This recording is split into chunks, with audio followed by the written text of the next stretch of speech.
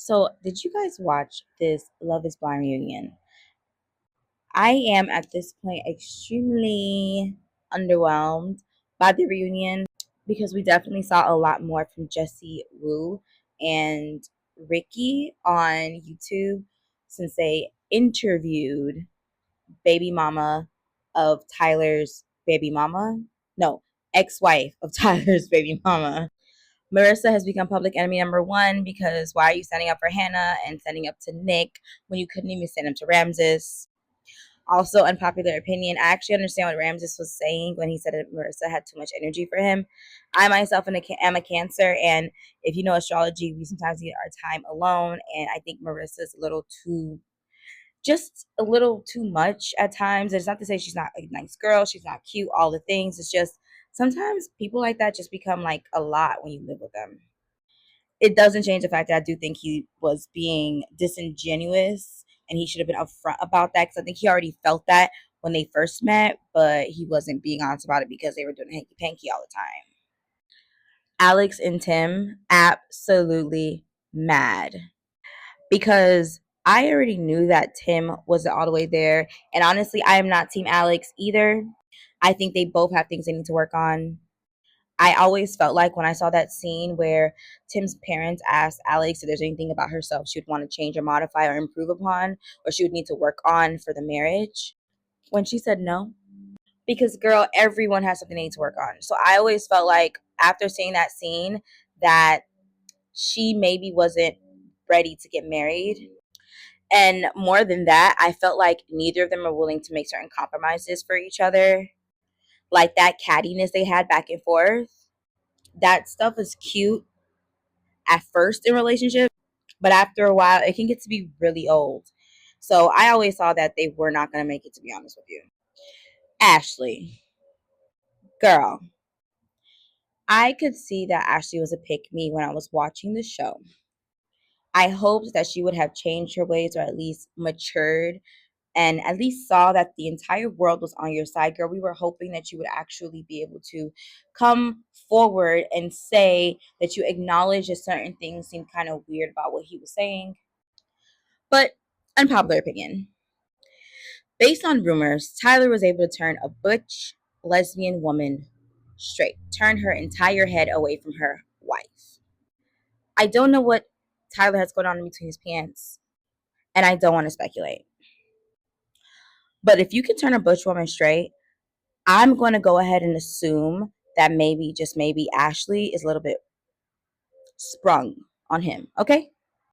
I think Tyler's putting it on Ashley so well that realistically, she doesn't want to come up for air, y'all. She doesn't care what we're saying. She doesn't care. She's going to stick by her man and his D. And on top of that, Ashley comes off as a woman who has honestly been tired of dating. Remember, she was celibate before going on to the show, according to her.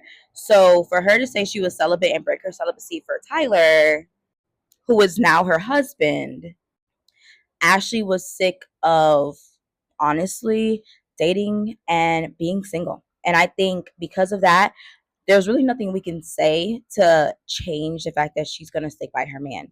And I see nothing wrong with it. Whatever you decide to do is on you. It's your business, girl.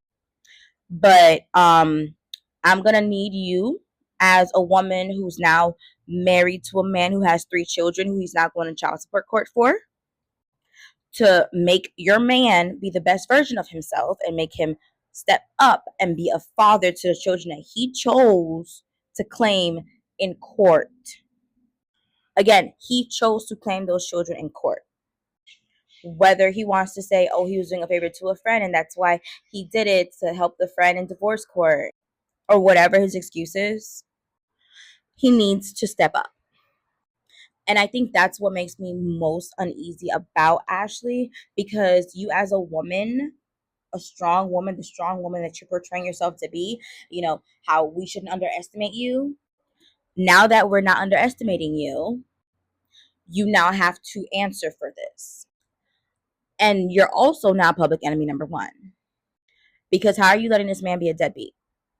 And now we're wondering, is that you're making him be a deadbeat? Because it seems like, based on what you said on the stage, You believe that he doesn't have to be responsible for these kids. So you think it's okay for him to be a deadbeat to these children.